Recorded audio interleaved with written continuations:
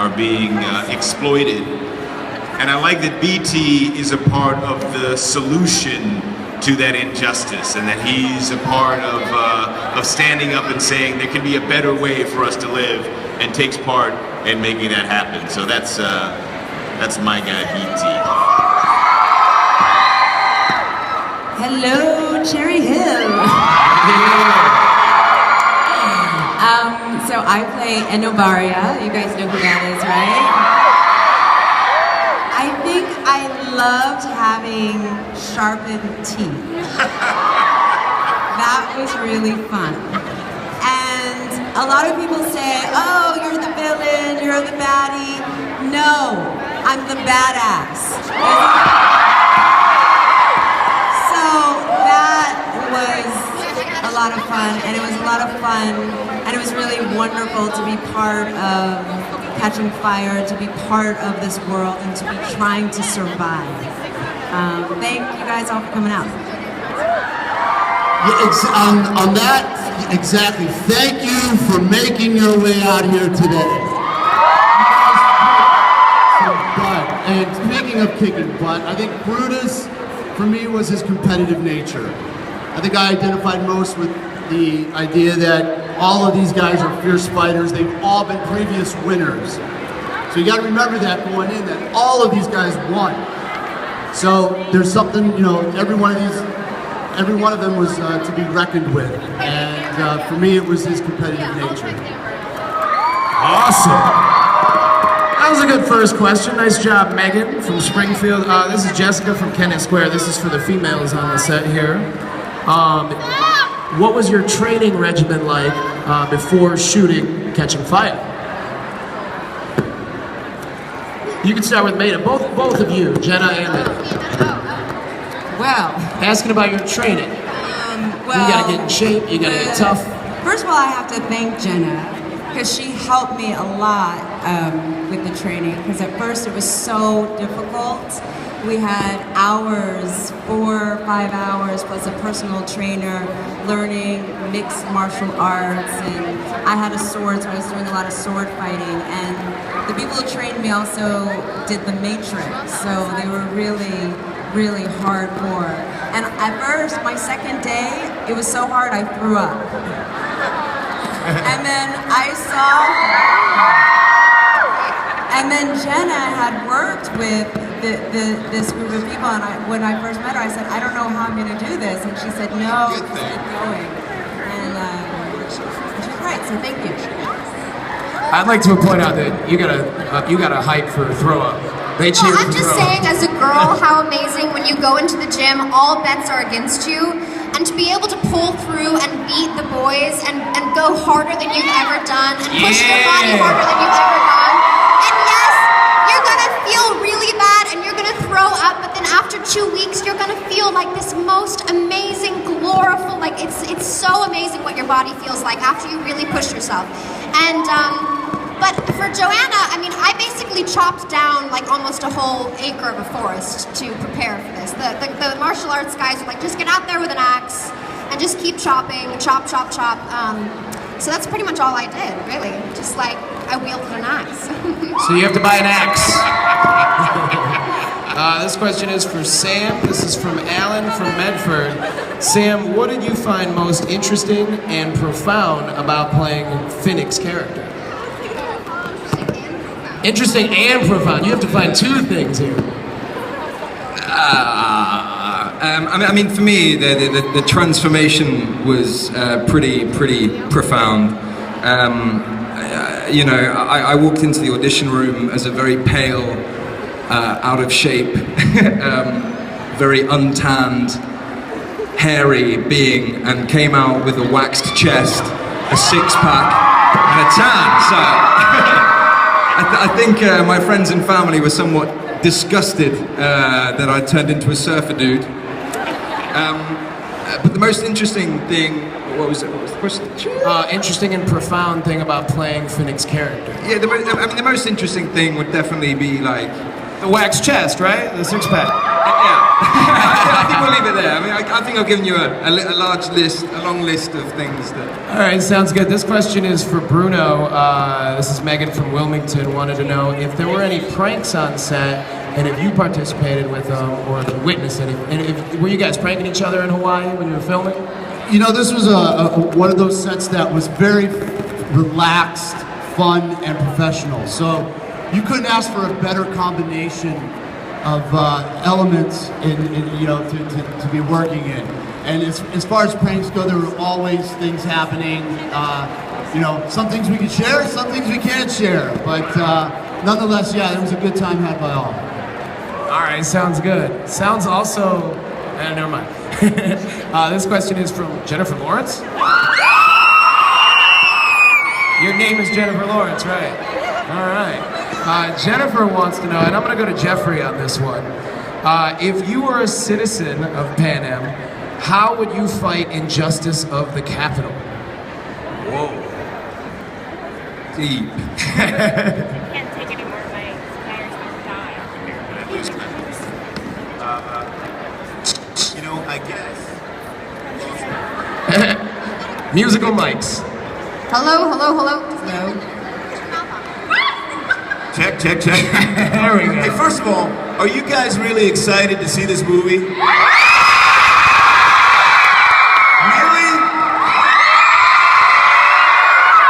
I want to tell you a secret.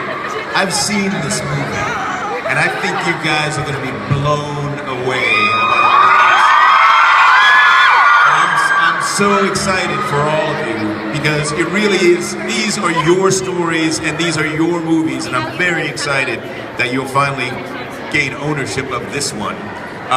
But I think that if I were faced with the type of injustice that the characters within these stories face in Pan Am, I think that I would try to fight that injustice as my character does, with as much intelligence as I possibly could. Don't know exactly how I would go about it, but I hope it would be well considered, very tactful, very efficient, and very effective. Thank you. Smart answer. Smart guys wear glasses. I like that. This question is from Maida. Maida, besides your own character, Sarah from Northeast Philly is asking this. Besides your own character, who is your favorite character in the movie? So you can't be biased. You can't say yourself. Wait, you can. Ooh, this question could get me in trouble. Yeah. Somehow she's got to make everybody on the stage happy right now. This question could get me in a lot of trouble, but I guess I would have to say, besides my compadre here, Brutus, it would have to be Katniss. Right? Because we're each other's nemesis. She is who Enobaria thinks is the one to get. And so I think it would have to be Katniss, for sure. Besides, of course, Brutus. And everybody else here, right? For Jenna, what made... What's that? Can I answer that question? Yeah, go for it. You can answer. Not to offend anyone, but I might say PETA. Oh, you guys are familiar with PETA? Okay. I'm not getting caught up. But I'll tell you what. Katniss, though. Let's hear that. I'll tell you why I say See what PETA. happens, Gail. I'll tell you. The reason I would say PETA is because Josh is so cute. But aside from that, also because I think that, the wonderful thing about these stories is that they're, all the bells and whistles of big budget movie making and all of that, but there's some really very interesting themes and very interesting ideas that are being presented within these stories that really differentiate these movies from most movies of this type. And I think PETA's journey is a fascinating journey for us as a society now, as a society that's at war, even though we don't necessarily feel the ramifications of that as much as we might. And his journey is one of a soldier who's trying to come to grips with the trauma of war. And I think it's an incredibly poignant, really moving journey for him over the course of these 3 books. So Peeta's my favorite, aside from Joanna.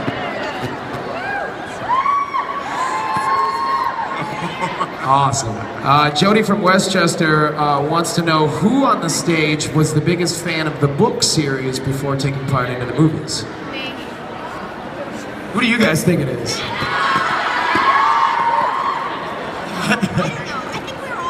I mean, we're all pretty big fans. It's kind of hard to tell. I mean, I kind of maybe might take the cake for that one. I read all 3 books in less than 48 hours, so I mean... That's not possible. It was possible! Yes! I read it in 5 days and I thought that was impressive. 48 hours? That's I couldn't stop! I was just like, no, yes, no. All right, this question is for Sam. What was it like filming in Hawaii? I was wearing very little, so... This guy! It was good. I mean, it's paradise, you know. It was a family. We were shooting with a family, you know. We had Jennifer, Josh, Frank, the director. We had Jenna. We had all of us. In fact, all 5 of us up here were all in Hawaii. And Hawaii is paradise. There's the sea, there's the sun, there's the sand, and then there's the Hunger Games. You know, so it was a dream come true. All right, I'm gonna run down the stage here, run down the line. I'm gonna start with Bruno over there. What is your favorite part about the Hunger Games universe? Now, this question was asked just for one of you, but I'd like to get everybody's take on this. Your favorite part of the Hunger Games universe? First and foremost are the books, right? I mean, and then would be all of you, right? Because without Suzanne Collins, and without any of you, none of us would be here. So for me, I admire and I respect your passion for this trilogy and for the Suzanne Collins and her stories and characters. So for me, it's about Suzanne Collins and all of you guys. How about you, Maida? For me, it's definitely the story and the imagination, the themes of taking reality television and stuff that's happening today and putting it in the future that is still relatable. And it's also, because they're books, I know when I read a book, my imagination goes wild. And the world of the Hunger Games, the fashion, the architecture, the visuals, all being so extra, but then we can all relate, is my favorite. And also the concept of surviving and how we survive. Because I know we all, it's hard being human. So that was a huge question, and I hope I answered it. So I think they're happy with that. Jeffrey, what do you think about this? Favorite part about being in the Hunger Games universe? My favorite part about being in the movies? In the universe. In the universe. Yes. In a whole, you know? It's really out of an interaction with the fans that I've come to understand this, is that what's fascinating about the Hunger Games universe is that it is in some regards like anything that is universal, in that everyone can find themselves within these stories. And people have a very personal relationship with these stories, and for different reasons. Some might think it's because they feel they have a connection to a character. There's a character within the story whose journey is similar to theirs. Others say, well, I like the politics of these stories. I feel very connected to these politics. But they might address it in their own specific ways. It's totally nonpartisan. Others feel, well, I'm very attracted to this strong heroine at the center of these stories. But everyone finds themselves drawn to these things for very unique ways that are particular to their own experience. And in that way, it really is universal, because it's welcoming of all of us. And we can, we bring ourselves there. We can celebrate ourselves within it, and I think that's really special. And so that's my answer. All right, Jenna. Yeah. Why, thank you, young man. Absolutely. Jenna, what do you think? Favorite part about being Absolutely, hands down, the fans. AKA the true revolutionaries, AKA the true teenage geniuses. Because without, anyone can write something beautiful, anyone can act something beautiful, anyone can interpret something beautiful, but because you guys have heard it and taken it and your passion is so beautiful, it's so inspiring for us. We only want to make it for you. And so for me, that's the most beautiful thing to be a part of, is to get to be able to be a part of your true revolution, because we're too old at this point. Like, it's your world and you are the true revolutionaries, so take it, kill it, make it great! Follow that up, Sam.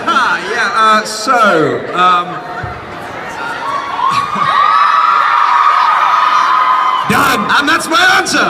Brilliant! No. I mean, for me, it's going to be difficult to top that. And I totally agree with everything these guys have said. But I mean, for me personally, it's to have the opportunity to enjoy this experience, to enjoy this with great people. And not only these four, but, kudos to those guys who can't be here today, like Jennifer Lawrence, Josh Hutcherson, Liam Hemsworth, Philip Seymour Hoffman, Woody Harrelson, Elizabeth Banks. The list is endless, and to be a part of that, and to be a part of the Hunger Games family, and I do class you guys as family. We're very lucky to be here, and so thank you, because without you we wouldn't be here.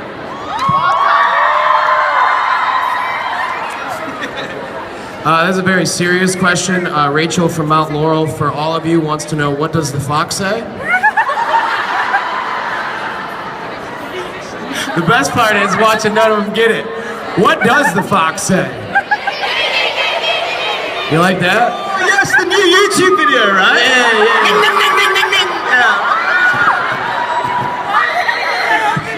The video is amazing.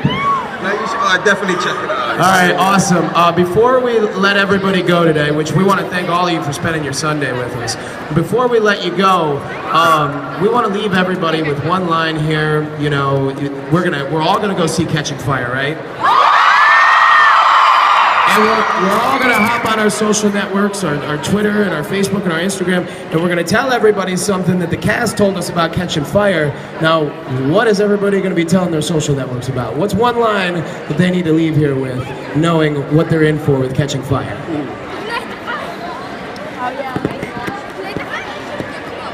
The PG-13 version is fire is catching. Come on, just ignite, ignite, ignite.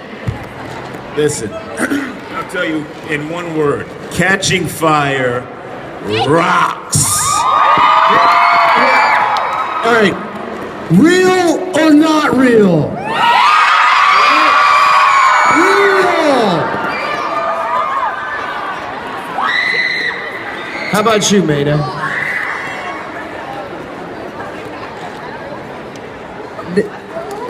Ignite the fight. All right. Now we all want to thank you. Now, first, I think we should take a couple pictures. Everybody's holding up their cameras, right? We should leave everybody with something good. So should we give them a good shot here? Something awesome. Everybody, hold up your cameras. We're gonna do one picture at one time with the whole cast here, right? All right. On the count of three, we're all gonna snap the shot. You guys got to be doing something awesome, right? 1, 2, 3.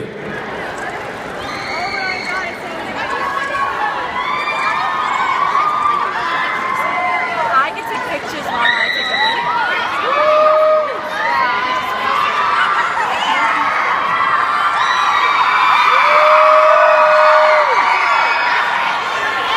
I see some people are making movies.